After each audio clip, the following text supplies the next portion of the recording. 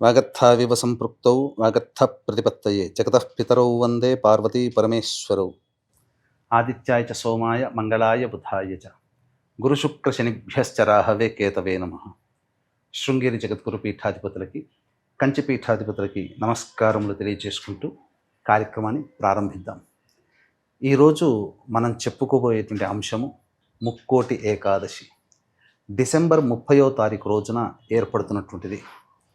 పుష్యమాసము, ఏకాదశి తిథి, భరణీ నక్షత్రం ఉంది. మనకొక సామెత ఉంది, భరణీ నక్షత్రంలో పుట్టినటువంటి వాళ్ళు ధరణిని ఏలుతారు అని అర్థం. అంటే సకలమైనటువంటి శుభ లక్షణాలు ఆ నక్షత్రంలో జన్మించిన వాళ్ళకు ఉంటాయట. అంటే ఆ నక్షత్రానికి అంత ప్రభావవంతం, అంటే సకలమైనటువంటి యోగాలన్నీ తీసుకొని దేవతలు ఈ భరణీ నక్షత్రంలో పొందుపరిచారు. కాబట్టి భరణీ నక్షత్రానికి అంతటి విశిష్టత. భరణీ నక్షత్రానికి అధిపతి శుక్రుడైనప్పటికీ కూడా భరణీ నక్షత్రానికి సంబంధించినటువంటి యముడు కూడా వస్తాడు. కాబట్టి ఈ రోజున ఏకాదశి తిథి అనేటువంటిది రావడము చాలా విశేషము. అందున ముక్కోటి ఏకాదశి. మనకందరికీ తెలిసిందే, ముక్కోటి ఏకాదశి, వైకుంఠ ఏకాదశి, స్వర్గధామము అని పేర్లు ఈ రోజున. అంటే దక్షిణాయనంలో మరణించినటువంటి వాళ్ళందరూ కూడా స్వర్గానికి చేరుకునేటువంటిది, స్వర్గద్వారము తలుపులు తెరుచుకునేటువంటిది. ఈ రోజున ఆత్మలన్నీ అక్కడ వేచి చూస్తాయట. స్వర్గద్వారములు తెరుచుకుంటాయి కాబట్టి స్వర్గద్వారము అని పేరు దీనికి. మురా అనేటువంటి రాక్షసుణ్ణి సంహరించడం కోసం ఈ రోజున వైకుంఠం నుంచి విష్ణు భగవానుడు బయలుదేరాడు కాబట్టి వైకుంఠ ఏకాదశి అయింది. ముక్కోటి దేవతలతో కలిసి వైకుంఠం నుంచి భూలోకానికి అవతరించినటువంటి రోజు కాబట్టి ఈ రోజున ముక్కోటి ఏకాదశి అయింది. కోటి అనగా 3 కోట్ల గణములతో, అనగా కోటి అంటే మనం చెప్పుకునే 1, 10, 1,00,000, 1000, 10,000, కోటి, 10 లక్షలు అలా కాదండి. కోటి అంటే ఒక గణము అని అర్థం. 3 గణములతో, ముక్కోటి అంటే 3 గణములతో భూలోకానికి ఈ రోజున అవతరించినటువంటి రోజు కాబట్టి ముక్కోటి ఏకాదశి అయ్యింది. అయితే ఈ రోజున చేసేటువంటి ఏ చిన్న పుణ్య కార్యక్రమమైనా, ఏ చిన్న దానమైనా, ఏ చిన్న పూజ అయినా కానీ అనంతమైనటువంటి ఫలితాలు ఇస్తుందని శాస్త్రం. ఒక శాస్త్ర వచన ప్రకారము ఈ రోజున చేసినటువంటి దాన ధర్మ కార్యక్రమాలు, పుణ్య కార్యక్రమాలు 3 కోట్ల ఏకాదశులలో చేస్తే ఎంత పుణ్య ఫలితం వస్తుందో ఈ ఒక్క రోజునే అంత పుణ్య ఫలితం వస్తుందని మనకు పురాణాంతర్గతం. కాబట్టి వీక్షించేటువంటి ప్రేక్షకులు ఈ యొక్క అవకాశాన్ని సద్వినియోగపరచుకోండి. ఎట్టి పరిస్థితుల్లో కూడా ఈ రోజున తప్పుడు పనులు చేయకండి. అనగా ధూమపానము, మద్యపానము, దాంపత్యము, మాంసాహార భోజనము ఇవన్నీ విసర్జించండి. పైగా భరణీ నక్షత్రం ఈ రోజున ఉన్నది కాబట్టి మేషరాశి, కుజుడికి సంబంధించినటువంటి రాశి, అందున కుజుడికి సంబంధించిన వారం అవ్వడం కాబట్టి ఈ రోజున సకలమైనటువంటి దోషములు తొలగిపోయే అద్భుతమైన రోజు.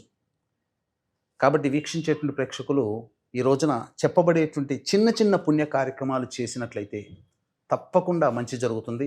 10 ఏళ్ల లోపల పిల్లలు, 70 ఏళ్ళు దాటినటువంటి వృద్ధులు ఉపవాస నియమాన్ని పాటించకపోయినప్పటికీ మిగతా మధ్య వయసులో ఉన్నటువంటి వాళ్ళు వీలైనంత వరకు ఉపవాస నియమాన్ని పాటించండి.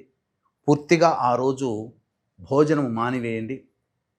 కనీసము సూర్యోదయం నుంచి సూర్యాస్తమయం వరకైనా కానీ ఎటువంటి ఆహారం తీసుకోకుండా ఉండి పాలు, పండ్ల పదార్థాలు తీసుకొని ఈ రోజున రాత్రిపూట చంద్రుడికి లేదా నక్షత్రాలకి నమస్కారం చేసుకొని ఈ రోజున వీలైతే ఉపహారం తీసుకోండి. వీలైతే పూర్తిగా ఉపవాసం ఉండండి. కనీసము చంద్ర దర్శనం చేసుకొని ఉపహారం తీసుకోండి చాలు. ఈ రోజున ఉపవాసం చేసినటువంటి పుణ్య ఫలితం మీకు కలుగుతుంది. ఈ రోజున చేయాల్సిందల్లా బ్రహ్మముహూర్త కాలంలో లేచి కాలకృత్యాదులు తీర్చుకొని లక్ష్మీనారాయణుల యొక్క చిత్రపటానికి చక్కటి పూలమాల వేసి లేదా లక్ష్మీనారాయణ విగ్రహాలకి చక్కగా అభిషేకము, అర్చనలు, అలంకరణ చేసిన తర్వాత విష్ణు సహస్రనామ పారాయణము, లక్ష్మీ సహస్రనామ పారాయణము చేయండి. చేసి బెల్లం పాయసం, గోధుమ రవ్వతో చేసినటువంటి పాయసము నైవేద్యంగా పెట్టండి. లేదా కనీసము దానిమ్మ పళ్ళు, అరటి పళ్ళు, ఆవు పాలు ఆ యొక్క విష్ణువుకి నైవేద్యంగా పెట్టండి. ఈ రోజున విశేషంగా ఉత్తర ద్వారం గుండా విష్ణువుని దర్శించుకునే భాగ్యం కలుగుతుంది. అంటే మనం ఉత్తర ద్వారం గుండా ఎందుకు దర్శనం కలిగించే భాగ్యం మనకు కలుగుతుందనంటే, విభీషణుడికి ఈ రోజున దర్శన భాగ్యాన్ని శ్రీరంగంలో వెలిసినటువంటి భగవంతుడు రంగనాథుడు మనకు అవకాశం ఇచ్చాడు. కాబట్టి ఈ రోజున రావణుడి యొక్క సోదరుడైనటువంటి విభీషణుడు ఉత్తర ద్వారం గుండా దర్శించుకుంటాడు. దక్షిణాభిముఖంగా సృష్టి ప్రారంభ సమయంలో అన్ని విద్యలు అవగతమైనటువంటి బ్రహ్మదేవుడికి జ్యోతిష్య శాస్త్రం అవగతం కాకపోతే తండ్రి అయినటువంటి నారాయణుని వేడుకోగా, నారాయణుడు ఒక పుష్పక విమానం అనగా విమానం రూపంలో దేవేరులు మరియు ఉన్నటువంటి చుట్టుపక్కల ఉన్నటువంటి గణాలన్నీ కూడాను రూపముతో ఒక విమానంలో వెలసి జ్యోతిష్య శాస్త్రాన్ని పూర్తిగా అవగతం చేశాడు బ్రహ్మదేవుడికి. ఈ కారణం చేత మళ్ళీ తిరిగి వెళ్ళిపోతుంటే మానవులందరినీ ఉద్ధరించడం కోసం ఇక్కడే వెలువు స్వామి అని చెప్పగా, ఆ విధంగా బ్రహ్మదేవుడి యొక్క కోరిక మేరకు భూలోకంలో అవతరిస్తే ఆ విమానాన్ని బ్రహ్మదేవుడు ఇక్ష్వాకు అనగా శ్రీరాముడి వంశ మూలపురుషుడైనటువంటి ఇక్ష్వాకుకి ఇవ్వడం జరిగింది. ఆ ఇక్ష్వాకు దగ్గర నుంచి పరిపరి విధాలుగా అనేక సంవత్సరాలుగా తరాలుగా రాముడి వరకు ఆ యొక్క నారాయణుడి యొక్క విమానాన్ని అర్చించారు.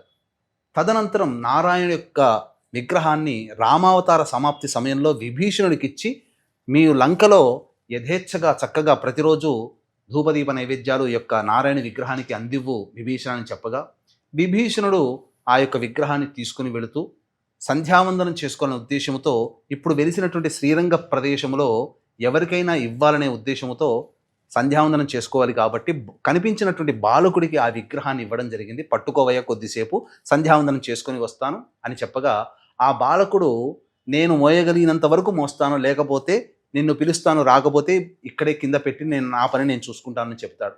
సంధ్యావందనం ఆలస్యమైంది. ఈ కారణం చేత ఆ బరువు మోయలేకైనటువంటి ఆ బాలకుడు ఆ విగ్రహాన్ని ఆ భూమి మీద పెట్టడం జరిగింది. అలాగే అది స్థాపితమైంది, అది శ్రీరంగం అయ్యింది. అంతటా ఎన్నో వేళ్ళగా వేడుకున్నటువంటి ఆ విభీషణుడి యొక్క మొరని ఆలకించినటువంటి ఆ నారాయణుడు నాకు ఇక్కడ ఉండడమే సబబుగా ఉంది, కానీ ముక్కోటి ఏకాదశి రోజున, వైకుంఠ ఏకాదశి రోజున నీకు దర్శన భాగ్యాన్ని కలగచేస్తానని చెప్పడం, ఆ విధంగా ఉత్తర ద్వారం గుండా ఆ దర్శన భాగ్యాన్ని పొందడం జరిగింది విభీషణుడు. రావణుడు విభీషణుడి వల్ల మనకు భూకైలాసంగా చెప్పబడే ఆత్మలింగము, అలాగే నారాయణుడికి సంబంధించినటువంటి ఈ యొక్క శ్రీరంగంలో వెలిసినటువంటి దివ్యక్షేత్రము, ఇవన్నీ మనకు లభించడం జరిగింది. కాబట్టి ఇట్టి రోజున చక్కగా మీరు దగ్గరలోని విష్ణు ఆలయానికి ఉత్తర ద్వారం గుండా దర్శనం చేసుకొని ఆ స్వామికి నమస్కారం చేసుకొని, నీ యొక్క ఇచ్ఛాశక్తి, నీ క్రియాశక్తి, నీ యొక్క జ్ఞానశక్తి వల్ల నాకున్నటువంటి సమస్త కష్టములు తొలగిపోవాలి, సమస్త యమబాధలు తొలగిపోవాలి, నా కుటుంబము, నేను, నా ప్రజలందరూ కూడా ఆనందంగా జీవించాలని వేడుకొని రండి. ఆ రోజున మళ్ళీ ఉపవాస నియమాన్ని, హరినామస్మరణని చేసుకుంటూ సాయంకాల ప్రదోషకాల సమయంలో కాలకృత్యాదులు తీర్చుకొని విష్ణు ఆలయానికి చేరుకొని అర్చన జరిపించుకొని తులసీమాల విష్ణువుకి సమర్పించి రండి చాలు. ఆ రోజంతా నారాయణ స్మరణ చేసుకొని తెల్లవారి లేచి కాలకృత్యాదులు తీర్చుకొని మళ్ళీ విష్ణు లక్ష్మీ సహస్రనామ పారాయణాలు చేసి శ్రీశైల క్షేత్రంలో కానీ కాళహస్తి క్షేత్రంలో కానీ సర్వదోష నివారణ పూజలు హోమాలలో భాగంగా నవగ్రహ పాశ్వత హోమము, మృత్యుంజయ హోమము, రుద్రహోమము, లక్ష్మీ హోమము, మేష మిథున కర్కాటక సింహ కన్య వృశ్చిక ధనుసు కుంభ మీన రాశిలో జన్మించిన వారికి శనిదోష నివారణార్థమై శనీశ్వర హోమం కూడా జరిపించి శక్తిపాతం చేసినటువంటి కరుంగలి మాల ఇవ్వడం జరుగుతుంది. అవకాశం ఉన్నవాళ్ళు స్క్రీన్పై కనిపిస్తున్న నెంబర్కి కాంటాక్ట్ చేసి మీ గోత్రనామాదులు నమోదు చేసుకోవచ్చు. ఇక చక్కగా ఈ ముక్కోటి ఏకాదశి పర్వదినాన్ని మీరందరూ ఆచరిస్తారని ఆశీర్వదిస్తూ సెలవు.